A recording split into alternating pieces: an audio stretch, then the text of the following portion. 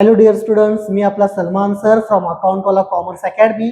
आज आपण या व्हिडिओमध्ये बघणार आहोत तो म्हणजे अर्थशास्त्रामधला 3 नंबरचा चॅप्टर जो आहे मागणीचे विश्लेषण. ओके, सगळ्यात महत्त्वाचा प्रश्न असतो विद्यार्थ्यांच्या मनामध्ये, सर याचा आम्हाला काय बेनिफिट? तर बोर्डाच्या मतानुसार हा तुमचा टॉपिक 12 मार्क्स साठीचा आहे. ओके, जो ए पार्ट आहे मागणी विश्लेषण मधला तो तुम्हाला 12 मार्क्स साठी आहे. जो बी पार्ट आहे त्याचा व्हिडिओ मी लगेच शेअर करेन तुम्हाला, तो 12 मार्क्स साठी आहे. ओके, मग आज आपण या 12 मार्क्सची तयारी चांगल्या पद्धतीने करायची आहे. व्हिडिओ तुम्ही शेवटपर्यंत बघा जेणेकरून तुम्हाला आउट ऑफ आउट म्हणजे 12 पैकी 12 मार्क्स मिळण्यासाठी मदत होईल. तर आपण सुरुवातीला बघूया सर मागणी म्हणजे काय. ओके, जनरली जर आपण विचार केला तर मागणी म्हणजे इच्छा, असा आपण विचार करतो की मला एखादी वस्तू घ्यायची जर इच्छा असेल तर मी त्याला मागणी म्हणू शकतोय का? हो, ही रेग्युलर आपल्या भाषेमध्ये ठीक आहे, पण अर्थशास्त्रामध्ये असं होत नाही. कारण अर्थशास्त्रामध्ये मागणी पूर्ण होण्यासाठी 3 गोष्टींची गरज आहे. एक म्हणजे ती वस्तू खरेदी करण्याची इच्छा तुमच्या मनामध्ये असली पाहिजे. दुसरं म्हणजे ती वस्तू खरेदी करण्यासाठी तुमच्याकडे आर्थिक क्षमता असली पाहिजे. आणि तिसरं म्हणजे ती वस्तू खरेदी करण्याची तुमची तयारी असली पाहिजे. जोपर्यंत या तिन्ही गोष्टी एकत्र येत नाहीत तोपर्यंत तुमची कन्सेप्ट मागणीमध्ये किंवा डिमांडमध्ये कन्वर्ट होऊ शकत नाही. फॉर एक्झाम्पल, सर मला एखादी वस्तू खरेदी करण्याची तीव्र इच्छा आहे, मला ती वस्तू हवीच आहे, पण ती वस्तू खरेदी करण्यासाठी जे पैसा लागतोय तो पैसा माझ्याकडे नाहीये. मग सर माझी फक्त जी इच्छा आहे ती मागणीमध्ये रूपांतरित होऊ शकते का? अजिबात नाही. ओके, त्यानंतर खरेदी क्षमतेबद्दल बघूया आपण. समजा माझ्यामध्ये इच्छा चांगली आहे, ओके, माझ्यामध्ये खरेदी क्षमता सुद्धा आहे, पण वस्तू खरेदी करण्याची माझी तयारीच नाहीये. मग सर या केसमध्ये माझी जी इच्छा आणि आर्थिक क्षमता आहे त्याचं रूपांतर मागणीमध्ये होऊ शकते का? अजिबात नाही. ओके, तसंच सर वस्तू खरेदी करण्यासाठी माझ्याकडे बक्कळ पैसा आहे, मी आता खरेदी सुद्धा करू शकतो ती वस्तू, पण माझी अजिबात इच्छा नाही ती वस्तू खरेदी करण्याची. मग या केसमध्ये सर मागणी होऊ शकते का? अजिबात नाही. तर मित्रांनो, मागणी पूर्ण होण्यासाठी तिन्ही पण गोष्टी पाहिजेत. एक म्हणजे तुमची इच्छा पाहिजे वस्तूबद्दल खरेदी करण्याबद्दल, दुसरं म्हणजे ती वस्तू खरेदी करण्याची तुमची आर्थिक क्षमता पाहिजे, तिसरं म्हणजे वस्तू खरेदी करण्याची तुमची तयारी सुद्धा पाहिजे की मी आता वस्तू खरेदी करू शकतो. जोपर्यंत हे 3 गोष्टी पूर्ण होत नाही तोपर्यंत तुमची जी कन्सेप्ट आहे ती मागणीमध्ये रूपांतरित होऊ शकत नाही. त्यानंतर मागणीच्या व्याख्या वगैरे दिल्या आहेत. मागणी ही सापेक्ष संकल्पना आहे वगैरे. ओके, पण जे महत्वाचे काही प्रश्न आहेत ते आपण बघूया. वैयक्तिक मागणी आणि बाजार मागणी ही संकल्पना स्पष्ट करा, असा प्रश्न येऊ शकतोय. हा जास्त वेळेला एक्झाम मध्ये आलेला प्रश्न नाहीये, त्यामुळे तितका तो महत्वाचा सुद्धा नाही. पण सर आहे तरी काय? वैयक्तिक मागणी म्हणजे जर मी बाजारामध्ये गेलो आणि मी फक्त डिमांड करतोय एखाद्या वस्तूची, ओके, मी एकटाच आहे तिथं खरेदी करणारा, एकच व्यक्ती जेव्हा मागणी करतो तेव्हा त्याला आपण वैयक्तिक मागणी असं म्हणणार. मग सर मागणी आपल्याला माहिती आहे, समजा वस्तूची किंमत 10 असेल तर मी कमी वस्तू घेणार, एक वस्तू घेणार. समजा वस्तूची किंमत 10 वरून 8, 8 वरून 6, 4, 2 अशी वस्तूची किंमत कमी होत गेली तर मी वस्तूची मागणी वाढवत जाणार, 1 वरून 2, 3, 4, 5. ओके, इथं फक्त मी एकटाच आहे म्हणून मी त्याला वैयक्तिक मागणी असं म्हणणार. समजा इथं तिने पत्रक सुद्धा दाखवलेलं आहे. ओके, मागणी वैयक्तिक मागणी वक्र कसा असतो सर, तर डावीकडून उजवीकडे खाली घसरणारा असतोय. इथं त्याने किंमत दाखवलेली आहे 2, 4, 6, 8, 10. इथं किलोमध्ये नग संख्या दाखवलेली 1, 2, 3, 4, 5. जेव्हा मागणी किंमत 10 रुपये असते तेव्हा मागणी 1 किलोची होते. किंमत कमी कमी होत जाते तर मागणी वाढत जाते. ओके, त्यानंतर सर बाजार मागणी वक्र म्हणजे काय, तर मी आहे, माझ्यासोबत अजून 5-6 ग्राहक आहेत, आम्ही एकत्र जर मागणी करत असेल तर त्याला आपण बाजार मागणी म्हणतो. ओके, म्हणजे एकटा नाही तिथं, तर तिथं 5-6 जण आहेत जे बाजारपेठेमध्ये मागणी करतात एखाद्या वस्तूची, त्याला आपण बाजार मागणी असं म्हणणार. सर बाजार मागणी ही मग बल्क मध्ये असेल, जास्त वस्तू खरेदी केल्या जातील. जसं की सर इथं दाखवलेलं आहे अ ब क हे 3 ग्राहक आहेत, वस्तूची किंमत 10 असताना अ ब आणि क किती मागणी करतायत, वस्तूची किंमत 10 वरून 8, 6, 4, 2 अशी कमी होत गेली. तसंच जे काही ग्राहक होते अ ब आणि क यांची जी डिमांड होती मागणी ती वाढत गेलेली आहे. ओके, याचा अर्थ इथं सुद्धा सेम फॉर्म्युला लागतोय सर, वस्तूची किंमत वाढत गेली, मागणी कमी होते, वस्तूची किंमत कमी झाली तर मागणी वाढते. हे सुद्धा संकल्पना तिने बाजार मागणी वक्र याद्वारे दाखवलेली आहे. सेमच आहे, किंमत कमी मागणी वाढते, किंमत वाढली तर मागणी कमी होते. ओके, हा प्रश्न तितका महत्वाचा नाही. सगळ्यात महत्वाचा प्रश्न जर विचार केला यावर्षी एक्झाम देण्यासाठी तर माझ्या मते हा कोणता सर, तर मागणी वक्र डावीकडून उजवीकडे खाली घसरणारा असतो, सकारण स्पष्ट करा. हा प्रश्न विद्यार्थ्यांना सहसा कळत नाही, पण हा प्रश्न त्या क्वेश्चन मध्ये 100% येण्याचे चान्सेस आहेत. तर यासाठी 5 कारण आहेत. ती 5 कारण कोणती ते आपण बघूया. एक म्हणजे घटत्या सीमांत उपयोगितेचा नियम. ओके, एखाद्या वस्तूच्या साठ्यामध्ये वाढ होत गेली असता त्याची सीमांत उपयोगिता क्रमशः कमी होते, ते आपण बघितलं होतं आजच्या मागच्या व्हिडिओमध्ये. या उलट वस्तूच्या साठ्यात घट झाली तर सीमांत उपयोगिता वाढते. उपभोक्ता उपभोग घेत असलेल्या वस्तूच्या सीमांत उपयोगितेची आणि त्या वस्तूच्या किमतीची बरोबरी करण्याचा प्रयत्न करत असतो. म्हणजे जेवढा खर्च करणार तेवढंच त्याला समाधान सुद्धा हवं असतंय. म्हणून एखाद्या वस्तूची किंमत कमी झाली तर उपभोक्ता जास्त वस्तूंची खरेदी करतो, मागणी करतो, आणि एखाद्या वस्तूची किंमत जर वाढली तर उपभोक्ता कमी वस्तूची मागणी करू शकतो. त्यामुळे घटत्या सीमांत उपयोगितेचा नियम हा एक महत्वाचा कारण आहे, ज्यामुळे मागणी वक्र डावीकडून उजवीकडे खाली जाणारा असतो. दुसरा आहे उत्पन्न परिणाम. सर्वसाधारण वस्तूंबाबत जेव्हा वस्तूची किंमत घटते तेव्हा उपभोक्त्याची खरेदी शक्ती वाढते. फॉर एक्झाम्पल, सर 100 रुपयामध्ये मी एक वस्तू घेणार होतो, वस्तूची किंमत 100 वरून 50 रुपये आलेली आहे, मला 100 रुपये खर्च तरी करायचे त्या वस्तू. 100 रुपयामध्ये मी एक वस्तू घेत होतो, वस्तूची किंमत 100 वरून 50 झाली तर माझं उत्पन्न ऑटोमॅटिक वाढल्यासारखं आहे, कारण तीच वस्तू मला 50 रुपयामध्ये मिळते, म्हणजे 50 रुपये माझ्याकडे जादाचे आहेत. मी काय करणार या केसमध्ये, तर त्या 50 रुपयाची अजून एक वस्तू घेणार. याचा अर्थ 100 रुपये असताना एक वस्तू घेत होतो, तर त्याच वस्तूची किंमत जेव्हा 50 रुपये झाली तेव्हा मी 2 वस्तू घेतोय. हेच तुमचं उत्पन्न परिणाम दाखवण्याचं काम करतं. ओके, त्यानंतर 3 नंबरचं जे कारण आहे ते म्हणजे पर्यायता परिणाम. पर्यायी वस्तूंबाबत असे निदर्शनाला येते की एखाद्या वस्तूची किंमत वाढली तर उपभोक्ता त्याची पर्यायी वस्तूची मागणी वाढवतो. फॉर एक्झाम्पल, समजा साखरेची किंमत भयंकर वाढलेली आहे. ओके, आता गोड तरी आपल्याला पाहिजे, साखरेची किंमत वाढली असेल तर उपभोक्ता काय करतोय, त्याची पर्यायी वस्तू कोणती आहे, तर गुळ आहे. मग गुळाच्या मागणीमध्ये वाढ होते, कारण साखरेची मागणी घटणार ना, किंमत वाढलेली आहे त्याची. ओके, तर हेच आपले पर्यायता परिणामामध्ये दिसून येते. हे एक सुद्धा महत्वाचं कारण आहे.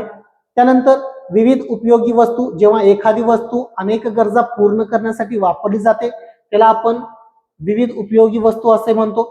अशा वस्तूची किंमत कमी झाली असता मागणीमध्ये मोठ्या प्रमाणामध्ये वाढ होते, आणि जर किंमत वाढली असता मागणीमध्ये घट व्हायला सुरुवात होते.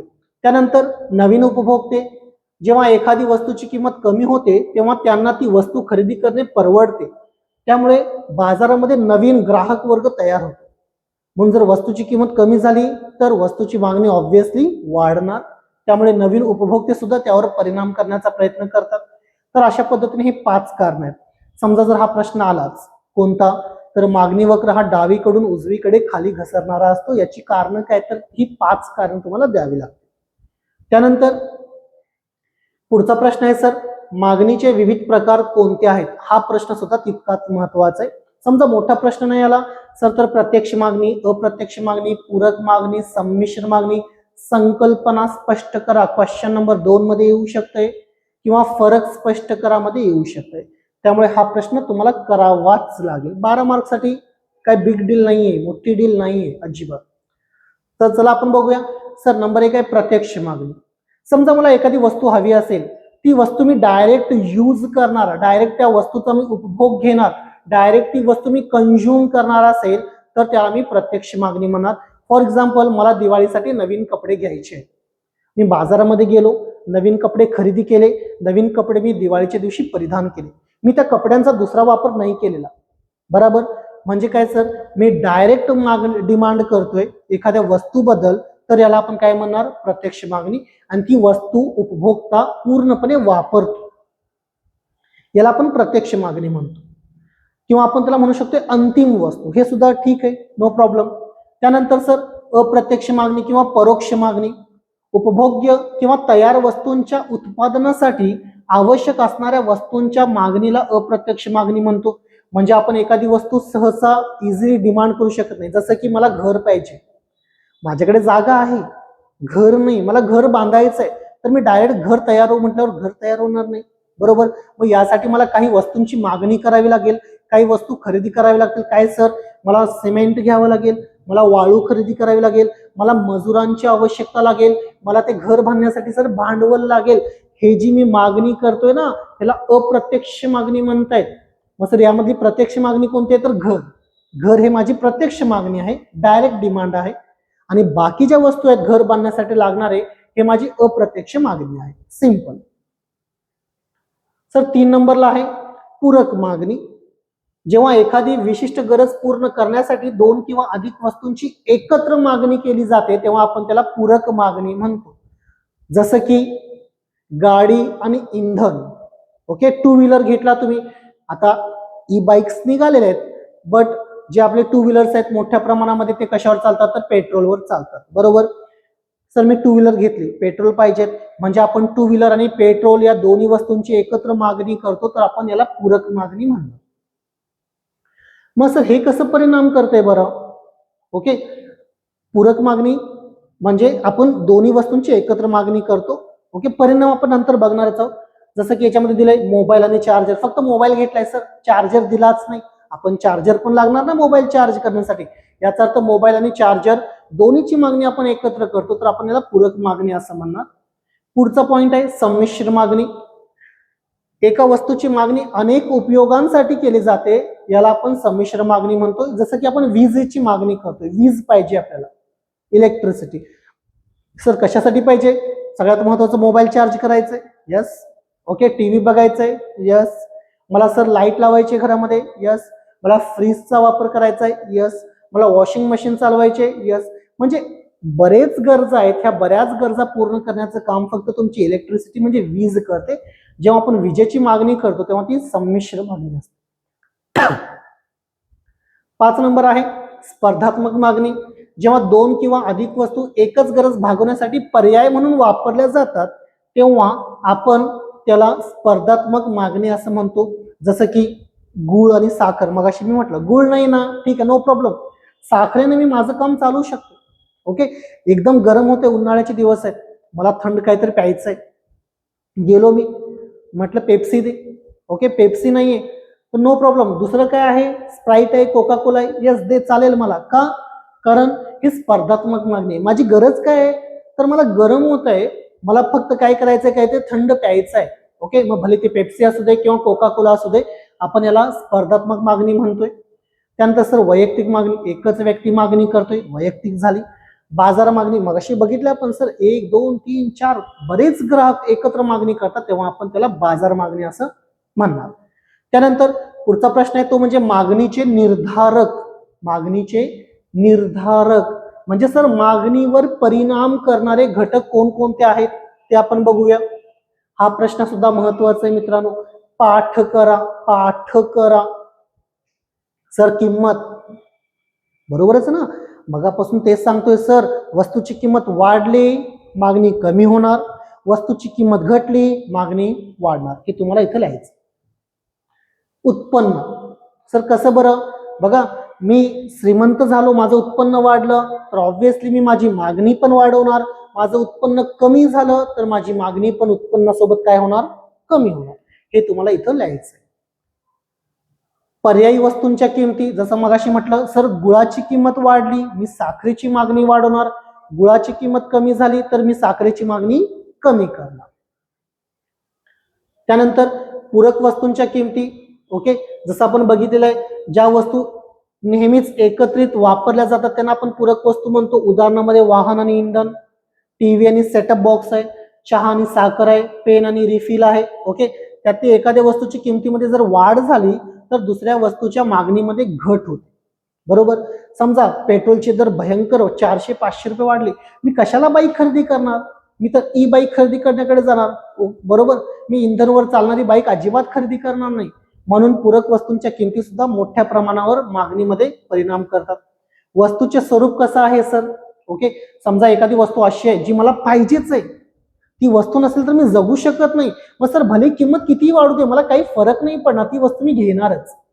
जसं की मीठ आहे, मिठाशिवाय चव नाही. कोणतीही भाजी करा किंवा कोणताही खाद्यपदार्थ घ्या, मिठाशिवाय अजिबात चव लागत नाही. मिठाची किंमत कितीही वाढली तरी लोक काही मीठ घालायचं बंद करणार नाही, बरोबर. किंवा इथं दिलेलं आहे अतिरक्तदाब नियंत्रणाचे औषध. समजा एखादं ब्लड प्रेशर असणारं पेशंट आहे, ओके, त्याची बीपी भयानक वाढलेली आहे, बीपी वाढली, त्या बीपीच्या ज्या गोळ्या होत्या त्याची किंमत वाढली, पण त्याला जगायचं तरी आहे. किती किंमत कितीही वाढू दे, तो खरेदी तर करणारच आहे. ओके, म्हणजे वस्तूंचे स्वरूप सुद्धा महत्वाचं काम करते. सर लोकसंख्येचा आकारमान, समजा एखादी देशाची लोकसंख्या फार कमी आहे, जसं की ऑस्ट्रेलिया, तिथं मागणी कमी असेल. एखाद्या देशाची लोकसंख्या सगळ्यात जास्त आहे, जसं की भारत, इथं मागणीचं प्रमाण मोठ्या प्रमाणामध्ये असेल. म्हणजे लोकसंख्या किती आहे याच्यावर सुद्धा मागणी तुमची अवलंबून असते. त्यानंतर भविष्यकालीन किमतीबाबत अंदाज. ओके सर, मी 2024 मध्ये आता मला वाटलं 2025 मध्ये एखाद्या वस्तूची किंमत मोठ्या प्रमाणामध्ये वाढणार आहे, तर आत्ताच मी वस्तूची खरेदी करतो, बरोबर. का? कारण पुढच्या वर्षी किंमत वाढणार आहे. समजा माझा अंदाज असा आहे, सर एखाद्या वस्तूची किंमत 2025 मध्ये भयंकर कमी होणार आहे, मग मी आता खरेदी करणार का? अजिबात नाही. का? मी 2025 ची वाट बघणार, 2025 ला मी जाऊन ती वस्तू खरेदी करणार, कारण त्यावेळेला वस्तू स्वस्त मिळेल असा मी एक अंदाज बांधलेला आहे. म्हणून भविष्यकालीन असणारे अंदाज हे सुद्धा परिणाम करतात. जाहिरात आहे सर, सर एखाद्या वस्तूची मोठ्या प्रमाणामध्ये जाहिरात चालू आहे, big billion days, okay, Diwali धमाका, दिवाळी ऑफर, तर आपण पटकन तिथे अट्रॅक्ट होतो. का? सर ऍडव्हर्टाईज चांगली आहे तर आपण तिथं मागणी सुद्धा वाढवतो. समजा एखादी वस्तू चांगली आहे, जाहिरातच केली जात नाही, त्या वस्तूचे फायदे काय सांगितले जात नाहीत कस्टमरला, मग या केसमध्ये ती वस्तू चांगली असून सुद्धा त्याची मागणी नाही वाढू शकत. का सर? जाहिरातीचा अभाव आहे तिथं. म्हणून जाहिरात सुद्धा मोठ्या प्रमाणामध्ये परिणाम करते. पुढचा मुद्दा आहे आवडीनिवडी, सवयी, फॅशन्स. समजा एखाद्या वस्तूची मला आवड असेल, किंमत कितीही वाढू दे, डझंट मॅटर, मला ती वस्तू पाहिजे म्हणजे पाहिजे. का सर? आवड आहे. त्यामुळे आवडीनिवडी, सवयी आणि फॅशन्स हे सुद्धा फार मोठ्या प्रमाणामध्ये परिणाम करतात. सर कर रचना, टॅक्स, टॅक्स, बरोबर. आपण सगळेजण टॅक्स भरतोय, काही जण इन्कम टॅक्स भरतात, काही जण इनडायरेक्ट भरतात, जीएसटी भरताय ना प्रत्येक जण, टॅक्स. समजा गव्हर्नमेंटनं सांगितलं की आम्हाला टॅक्सच्या किमती वाढवायचे, टॅक्सच्या किमती वाढवायचे, सर टॅक्सची किंमत वाढली म्हणजे वस्तूची किंमत वाढली, वस्तूची किंमत वाढली म्हणजे मागणी कमी. गव्हर्नमेंटनं सांगितलं चला आम्हाला टॅक्सच्या किमती कमी करायच्या, सर म्हणजे टॅक्सची किंमत कमी झाली म्हणजे वस्तूची किंमत कमी झाली, वस्तूची किंमत कमी झाली म्हणजे वस्तूची मागणी वाढली. म्हणून कर रचना सुद्धा मोठ्या प्रमाणावर परिणाम करते. त्यानंतर काही इतर घटक सुद्धा आहेत. ओके, त्यानंतर महत्वाचं आहे ते म्हणजे मागणीचा नियम. सर गृहितांसह स्पष्ट करा किंवा अपवादांसह स्पष्ट करा, कसाही येऊ दे. ओके, पाठच करा मित्रांनो, पाठ करा. मला चांगला अनुभव आहे, तुम्ही 12वी मध्ये हा नियम केला, कुठं ना कुठं तुम्हाला उपयोगाचा आहे. भले तो 2 मार्कला येऊ दे, काही ना काही 4 ला येऊ दे, 6 ला येऊ दे, 8 ला येऊ दे, हा नियम 100% एक्झाम मध्ये येतोय. 12वीला आहे ना, तसं बीकॉम फर्स्ट मध्ये पण आहे तो, बीकॉम थर्ड मध्ये पण आहे तो, त्यामुळे तो परफेक्टच करा आता. सर मागणीचा नियम कोणी मांडला? Doctor Alfred Marshall. Doctor Alfred Marshall यांनी मागणीचा नियम 1890 ला त्यांनी जी पुस्तक काढली होती अर्थशास्त्राची मूलतत्वे, त्यामध्ये त्यांनी मागणीचा नियम मांडण्याचा प्रयत्न केला होता. सर मार्शल यांच्या मते सिद्धांताचे विधान तुम्हाला लिहावं लागेल. बघा सुरुवात, प्रस्तावना, कोणी नियम मांडला, विधान काय आहे. अल्फ्रेड मार्शल म्हणतात इतर परिस्थिती स्थिर असताना. सर इतर परिस्थिती म्हणजे काय ते आपण गृहितांमध्ये बघणार मित्रांनो. स्थिर असताना वस्तूची किंमत वाढली असता मागणी घटते आणि वस्तूची किंमत कमी झाली तर मागणी वाढते. स्पष्टीकरण दिले बघा. इतर परिस्थिती कायम असताना जेव्हा वस्तूच्या किमतीत वाढ होते तेव्हा वस्तूची मागणीमध्ये घट होते, आणि जेव्हा वस्तूच्या किमतीमध्ये घट होते तेव्हा वस्तूच्या मागणीमध्ये वाढ होते. ओके, याचा अर्थ मागणी आणि किंमत यांचा जो संबंध आहे तो व्यस्त आहे, तो व्यस्त आहे, परस्पर विरोधी संबंध आहे. आपण बघूया इथं मागणी तक्ता दाखवलेला आहे. ओके, जर मागणी तक्त्यावर तुम्ही फोकस केला तर तुम्हाला कळेल हे मागणी तक्ता तुम्हाला द्यावं लागेल, त्याचं स्पष्टीकरण पण द्यावं लागेल एक्झाम मध्ये. सर एक्स या वस्तूची किंमत 10 रुपये इतकी होती. 10 रुपये वस्तूची किंमत असताना एक वस्तूची मागणी केली गेली 1 किलोची. वस्तूची किंमत 10 वरून 8 वर आली, 8 वरून 6 वर आली, 6 वरून 4 वर आली, 4 वरून 2 वर आली. म्हणजे सर वस्तूची किंमत कमी होत गेली, त्याच प्रमाणामध्ये वस्तूची मागणी 1 वरून 2, 2 वरून 3, 3 वरून 4, 4 वरून 5 अशी वाढत गेली. म्हणजे जसजशी वस्तूची किंमत कमी होते तशी वस्तूची मागणी वाढते. आणि या उलट सर वस्तूची किंमत 2 रुपये असताना 5 किलो वस्तूची मागणी होत होती. वस्तूची किंमत 2 वरून 4 रुपये इतकी झाली, वाढली. 4 वरून 6 झाली, 6 वरून 8 झाली, 8 वरून 10 झाली. म्हणजे वस्तूची किंमत वाढत गेली. तसंच वस्तूची मागणी 5 वरून 4, 4 वरून 3, 3 वरून 2, 2 वरून 1 किलो अशी कमी होत गेली. म्हणजे जे अल्फ्रेड मार्शल यांनी सांगितलं होतं तेच आपण या तक्त्यामध्ये दाखवण्याचा प्रयत्न केला. जे मी आता मगाशी बोललो, वाढत गेली, कमी होत गेली, किती रुपये असताना किती किलो झालं, हे तुम्हाला स्पष्टीकरण मध्ये लिहायचंय. स्पष्टीकरण काही पाठ करायची गोष्ट नसते. ओके. त्यानंतर हा तक्ता दाखवल्यानंतर आपल्याला मागणी वक्र सुद्धा दाखवावा लागेल की मागणी वक्र सर कसा असतो. मग मागणी वक्रावर आपल्याला सांगावं लागेल इथं की य अक्षावर आपण काय दाखवलेलं आहे सर, तर य अक्षावर आपण किंमत दाखवलेली आहे आणि क्ष अक्षावर आपण वस्तूची मागणी दाखवलेली आहे. ओके सर, जेव्हा किंमत 10 रुपये इतकी होती तेव्हा वस्तूची मागणी 1 किलोची असायची. किंमत कमी झाली 8 तर मागणी वाढली. किंमत पुन्हा कमी झाली 6, मागणी पुन्हा वाढली 3. किंमत पुन्हा कमी झाली 4, मागणी पुन्हा वाढली. किंमत पुन्हा कमी झाली आणि मागणी पुन्हा वाढली. याचा अर्थ सर मागणीचा वक्र हा डावीकडून उजवीकडे खाली घसरणारा असतो. मग सर स्पष्टीकरण मध्ये काय लिहायचं बरं, य अक्षावर काय दाखवलंय, क्ष अक्षावर काय दाखवलंय आणि पुन्हा तेच सांगायचं जे अल्फ्रेड मार्शल सांगतात. वस्तूची किंमत 10 रुपये असताना 1 किलोची मागणी केली गेली. वस्तूची किंमत 10 वरून 8, 6, 4, 2 अशी कमी होत गेली तर वस्तूची मागणी 1, 2, 3, 4, 5 किलो अशी वाढत गेली. आणि या पद्धतीने त्याचं रिव्हर्स पण सांगायचंय. ओके, अशा पद्धतीने तुम्हाला मागणी वक्र स्पष्ट करायचं आहे. आता आपण बघूया सर मागणीचा नियम प्रत्यक्षामध्ये येण्यासाठी कोणती गृहीतकं महत्वाची आहेत, म्हणजे काय होणं महत्वाचं आहे. ओके, तर मार्शल यांनी काही गृहीतके सांगितले. त्यातलं पहिलं गृहीतक आहे स्थिर उत्पन्न पातळी, म्हणजे व्यक्तीच्या उत्पन्नामध्ये कोणताही बदल नाही झाला पाहिजे. समजा सर व्यक्तीचं उत्पन्न वाढलं, मग किंमत किती वाढू दे, व्यक्ती खरेदी करायला जातो कारण पैसे आलेत. व्यक्तीचं उत्पन्न कमी झालं, मग किंमत पण कमी झाली तरी व्यक्ती काय करतोय, त्याची मागणी कमी करतोय. का सर, माझ्याकडे पैसाच नाही ना. त्यामुळे इतर परिस्थितीमध्ये तुमची उत्पन्न पातळी स्थिर असली पाहिजे. नंबर 2 आहे लोकसंख्येच्या आकारमानामध्ये बदल नाही झाला पाहिजे. सर किंमत वाढत आहे आणि लोकसंख्या पण झपाट्याने वाढत आहे तर ऑब्व्हियसली मागणी पण वाढणारच ना. ओके, किंमत कमी होत आहे आणि लोकसंख्या पण कमी होत आहे तर मागणीमध्ये पण कमी होणार. का, कारण लोकसंख्येवर मागणी अवलंबलेली आहे. म्हणजे आपण मगाशी जे पॉइंट बघितलेत ना, मागणी निर्धारित करणारे घटक ते सगळे तुमचे काय आहेत, तर गृहीतकेच आहेत. ओके, ते पॉइंट तुम्ही इथं वडला तरी चालेल, नो इश्यू. 3 नंबर सर पूरक वस्तूंच्या स्थिर किमती, मगाशी हे पण बघितलं आपण, पूरक वस्तूंची किंमत स्थिर पाहिजे. ओके, त्यानंतर भविष्यात किंमत बदलण्याची अपेक्षा नाही, मगाशी आपण बघितले भविष्यकालीन किंमत. ओके, समजा भविष्यात किंमत कमी होणार आहे सर 2025 मध्ये, आता जरी किंमत कमी होत असली 2025 मध्ये एकदम कमी होणार, मग मी मागणी करणार का नाही करणार, मी 2025 ची वाट बघणार. ओके, म्हणून भविष्यात किंमत बदलण्याची अपेक्षा नसली पाहिजे. आवडीनिवडी, सवयी, प्राधान्य, फॅशन, मगाशी तिथं पण बघितलाय मुद्दा, याच्यामध्ये कोणताही बदल नाही झाला पाहिजे. कर विषयक धोरणामध्ये बदल नाही झाला पाहिजे, कारण कर मध्ये बदल झाला तर किमतीमध्ये बदल झाला. ओके, त्यानंतर जाहिरातीमध्ये कोणताही बदल नाही झाला पाहिजे आणि इतर घटकांमध्ये कोणताही बदल नाही झाला पाहिजे.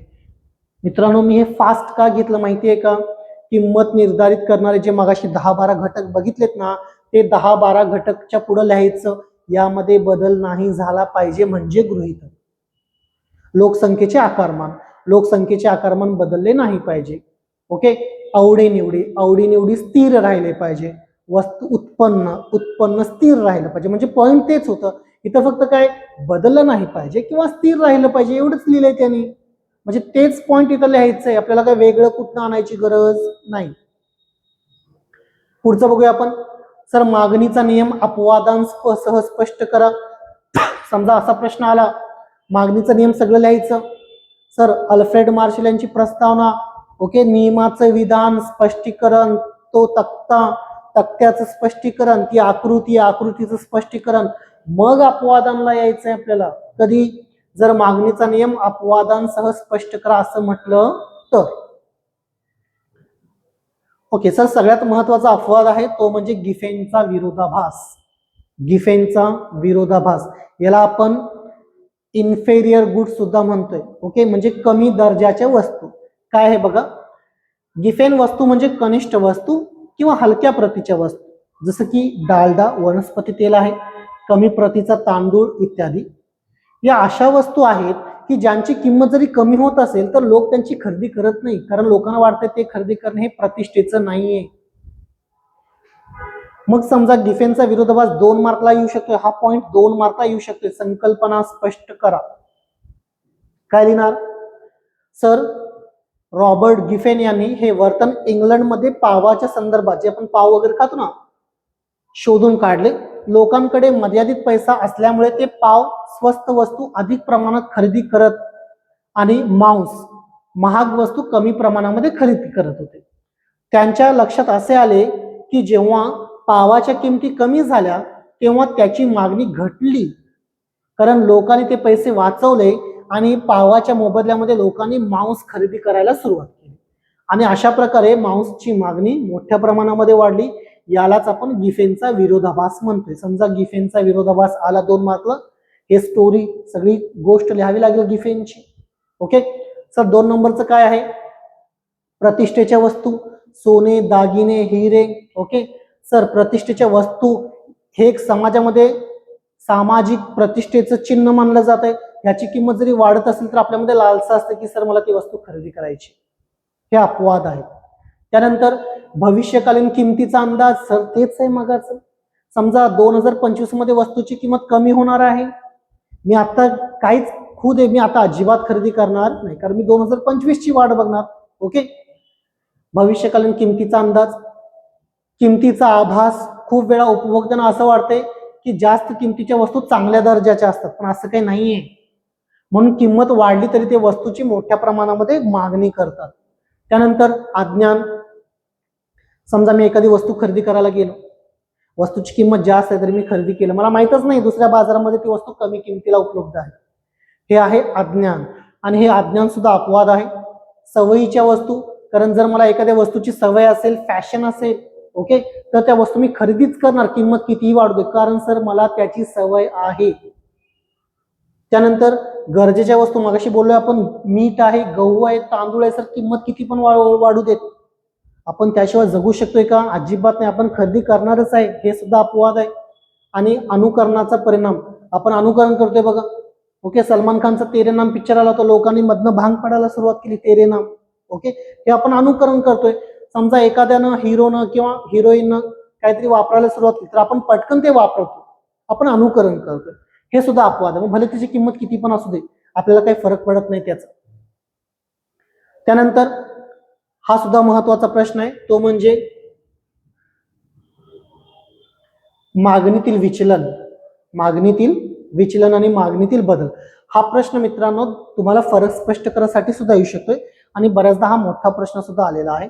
मागणीतील विचलन आपण 2 पद्धतीचे आहे. एक म्हणजे मागणीचा विस्तार आणि दुसरं म्हणजे मागणीचा संकोच. मागणीमध्ये विचलन कधी होते आधी आपण ते समजून घेऊया. अर्थ काय बघा, केवळ वस्तूंच्या किमतीमध्ये घट झाल्यामुळे मागणीमध्ये झालेली जी वाढ आहे त्याला आपण मागणीचा विस्तार म्हणतो. फक्त आणि फक्त किमतीच्या बदलामुळे मागणी जर वाढली असेल तर त्याला विस्तार म्हणायचं. म्हणजे इतर परिस्थिती तिथं काय सांगा, इतर परिस्थिती तिथं समान आहे, सारखे, तिथं बदल झालेला नाही. बदल फक्त कुठं झाला रे? मागणी, वस्तूच्या किमतीमध्ये किंमत घटली, मागणी मोठ्या प्रमाणात वाढली तर त्याला आपण विस्तार म्हणतो. या उलट मागणीचा संकोच, इतर परिस्थिती स्थिर आहे, वस्तूची किंमत वाढली, मागणी घटली, तर याला संकोच म्हणतोय आपण. काय म्हणतोय आपण याला? संकोच. आपण बघूया सर कारण काय आहे? मागणीवर परिणाम करणारी इतर परिस्थिती स्थिर आहे. मगाशी बोललो मी, केवळ किंमत कमी झाली असेल तर मागणीमध्ये वाढ होते, याला आपण मागणीचा विस्तार म्हणतो. इथं मागणीचा वक्र कसा आहे सर? खालच्या दिशेने होणारे विचलन मागणी विस्तार दर्शवते. आपण ते बघणार आहोत. इथं आहे ओके. हा मागणीचा विस्तार दाखवणारी आकृती आहे. इथं वस्तूची किंमत दाखवलेली आहे ओके. इथं वस्तूची मागणी दाखवलेली आहे. समजा वस्तूची किंमत कमी होत गेली, इथं वस्तूची किंमत कमी होत गेली, दाखवले बघा त्यांनी. वस्तूची किंमत कमी होत गेली तर वस्तूची मागणी वाढत जाते ओके. याला आपण काय म्हणतोय? तर मागणीचा विस्तार म्हणतोय. याला आपण काय म्हणणार? मागणीचा विस्तार ओके. त्यानंतर मागणीतील घट काय? हा प्रश्न परफेक्ट करा, फरक स्पष्ट करासाठी तर येऊ शकतोयच हा. मागणीतील संकोच किंवा मागणीतलं आकुंचन आपण कसं अभ्यासणार सर? केवळ किमतीमध्ये जर बदल झाले, म्हणजे किंमत मोठ्या प्रमाणामध्ये वाढली असेल, बाकी परिस्थिती समान आहे, किंमत वाढली, मागणीमध्ये घट झाली, तर आपण याला संकोच म्हणणार. मागणीतील संकोच म्हणतोय ओके. अर्थ दिलाय बघा इथं, केवळ किमतीत झालेल्या वाढीमुळे मागणीमध्ये मोठ्या प्रमाणामध्ये घट होत असेल तर त्याला आपण संकोच म्हणणार. मागणीवर परिणाम करणारे इतर घटक स्थिर आहेत. तिथं मागणी वक्र कसा असतोय सर? तर वरच्या बाजूने होणारे विचलन दाखवतो. वरच्या बाजूने होणारे विचलन दाखवतोय. जसं की इथं वस्तूची किंमत आहे आणि खाली मागणी आहे. वस्तूची किंमत वाढत गेली असता वस्तूची जी मागणी आहे ती कमी होते. वस्तूची मागणी कमी होते ओके. वरच्या बाजूला होणारे विचलन दाखवण्याचं काम हे करतं. त्यानंतर हे झालं मागणीतील विचलन. आता आपण बघणार मागणीतील फरक किंवा मागणीतील बदल ओके. मागणीतील बदल सुद्धा दोन पद्धतीचा आहे. एक म्हणजे मागणीत झालेली वाढ आणि मागणीमध्ये झालेली घट. सर मागणीमध्ये झालेली वाढ म्हणजे काय बरं? तर इथं किंमत स्थिर आहे, किंमतीमध्ये काहीच बदल नाहीये, किंमत स्थिर आहे, पण इतर परिस्थितीमध्ये बदल झालेली आहे आणि इतर परिस्थितीमध्ये झालेल्या बदलामुळे जर मागणी वाढली, जसं की सर उत्पन्न वाढलं, मागणी वाढली, लोकसंख्येचं आकारमान वाढलं, मागणी वाढली, जाहिरात चांगली झाली, मागणी वाढली, किंमत सेमच आहे, किमतीमध्ये बदल नाहीये, तर जेव्हा मागणी वाढते तर त्याला आपण मागणीतील वृद्धी म्हणतो. बघा इथं कारण किंमत स्थिर आहे, इतर परिस्थितीमध्ये जसं की फॅशन, उत्पन्न, कर रचना, जाहिरात, उपभोक्त्यांच्या आवडीनिवडी यामध्ये बदल झाले असता मागणीमध्ये होणारी वाढ म्हणजे मागणीतील वृद्धी होय ओके. इथं सुद्धा मागणी वक्र आहे. मागणी वक्र हा मूळ मागणी वक्राच्या उजव्या बाजूला स्थलांतरित होतो. इथं दाखवलेला आहे तुम्हाला मागणी वक्र वृद्धीचा. मागणीतील वृद्धी इथं दाखवलेली आहे ओके. तो वरच्या बाजूला स्थलांतरित होत असतो. त्यानंतर शेवटचा मुद्दा आहे याच्यातला, तो म्हणजे मागणीतील घट किंवा मागणीतील ह्रास. किंमत स्थिरच आहे, पण समजा जाहिरात तिथं निकृष्ट असेल, मागणी कमी होणार, उत्पन्न कमी झालं, मागणी कमी होणार, लोकसंख्या घटली, मागणी कमी होणार, आवडीनिवडी नको असे झाले, मागणी कमी होणार ओके. म्हणजे सर किंमत समान आहे, स्थिर आहे, इतर परिस्थितीमध्ये प्रतिकूल बदल झालाय, मागणी कमी झाली, तर त्याला मागणीतील घट म्हणणार किंवा ह्रास म्हणणार ओके. प्रतिकूल होणारे जे बदल आहेत इतर परिस्थितीमध्ये, त्यामुळे मागणीमध्ये घट होते. मागणीचा जो घट आहे ते इथं दाखवलेला आहे. याचा वक्र कसा असतो बघा, मागणी वक्र हा मूळ मागणी वक्राच्या डावी बाजूला स्थलांतरित करतो आणि जो वृद्धीचा वक्र होता तो उजव्या बाजूला स्थलांतरित करत होता. तुम्हाला हे थोडस बघून घ्यावं लागेल ओके. त्यानंतर हे काय मी डिस्कशन करणार नाही, पण फक्त बघूया. सर मागणीतील इच्छा आणि मागणी याचा फरक स्पष्ट करा येऊ शकतोय, तुम्ही याचा स्क्रीनशॉट घेऊ शकताय. त्यानंतर वैयक्तिक मागणी आणि बाजार मागणी यातला फरक येऊ शकतोय, पण याची शक्यता फार कमी आहे. त्यानंतर प्रत्यक्ष मागणी अप्रत्यक्ष मागणी सगळ्यात मोठा प्रश्न आहे, फरक स्पष्ट करायसाठी येऊ शकतोय. पूरक मागणी, स्पर्धात्मक मागणी हा सुद्धा महत्वाचा आहे. कनिष्ठ वस्तू, उच्च दर्जाच्या वस्तू हा पण फरक साठी महत्वाचा प्रश्न आहे, तुम्ही स्क्रीनशॉट घेत चला याचे. मागणीतील विस्तार आणि संकोच हा महत्वाचा प्रश्न आहे. समजा विस्तार आणि संकोचाला तुम्ही जर त्याचं मिनिंग दिला आणि आकृती दिला तर बेस्ट 2 पैकी 2 मार्क मिळणार फरक स्पष्ट करायला. तसंच मागणीतील वृद्धी आणि मागणीतील ऱ्हास. ओके, त्यानंतर मागणीतील वृद्धी आणि मागणीचा विस्तार अशा पद्धतीचे हे 8 फरक स्पष्ट करायत. यातला एक तरी 100% 1 किंवा 2 फरक स्पष्ट करा एक्झाम मध्ये येण्याची शक्यता आहे. त्यामुळे हा टॉपिक जो आहे जो मी सांगितलाय परफेक्ट करा, तुम्हाला 12 पैकी 12 मार्क्स मिळण्यासाठी नक्की मदत होईल. ओके, तसंच मी इथं सुद्धा अर्थशास्त्राचे व्हिडिओ आपल्या व्हॉट्सअप ग्रुपला युट्यूब चॅनलला शेअर केलेले आहेत. ओके, तुम्ही नवीन असाल तर नक्की आपल्या चॅनलला सबस्क्राईब करा. जर व्हिडिओ आवडला असेल तर व्हिडिओला लाईक करा आणि इतर फ्रेंड्सना शेअर करा. धन्यवाद.